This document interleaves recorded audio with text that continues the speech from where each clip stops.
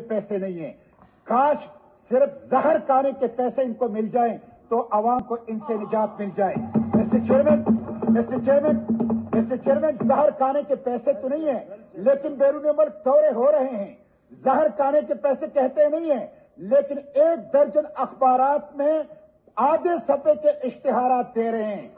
मैं पूछना चाहता हूं, ये जो अखबारात में जाती तशहीर के इश्तिहारात दे रहे हैं, ये आपके बाप का पैसा है या कौम का पैसा है?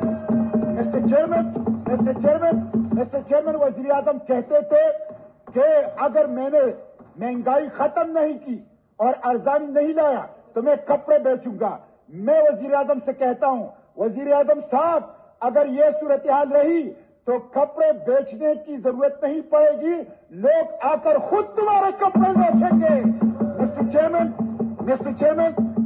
चेयरमैन, बिजली, पेट्रोल, डीजल की कीमतें 400 अशिया की कीमतें इससे जुड़ी हुई है जो गरीब आवाम इस्तेमाल कर रहे हैं। इसकी वजह से आज एक सैलाब है और महंगाई का एक तूफान है और आवाम जो है वो तकलीफ में है। इन्होंने मुल्क की खुद मुख्तारी को IMF के पास गिरवी रख दिया। ये IMF के अहकामात की वजह से इन्होंने सब्सिडीज खत्म की है। IMF के पास पाकिस्तान की आजादी को गिरवी रख दिया।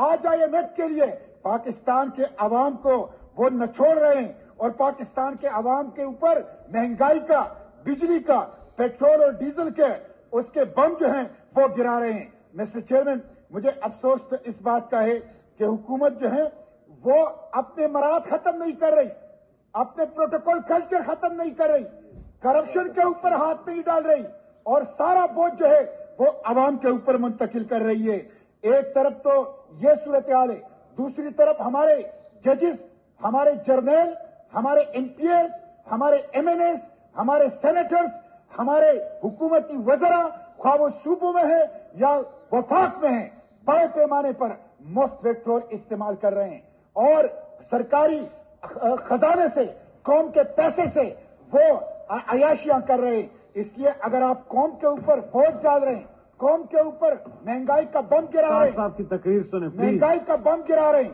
तो ये जो इलीट तबका है, ये जो अशराफिया के नाम पर बदमाशियां है, इनके ऊपर भी बोझ डाले।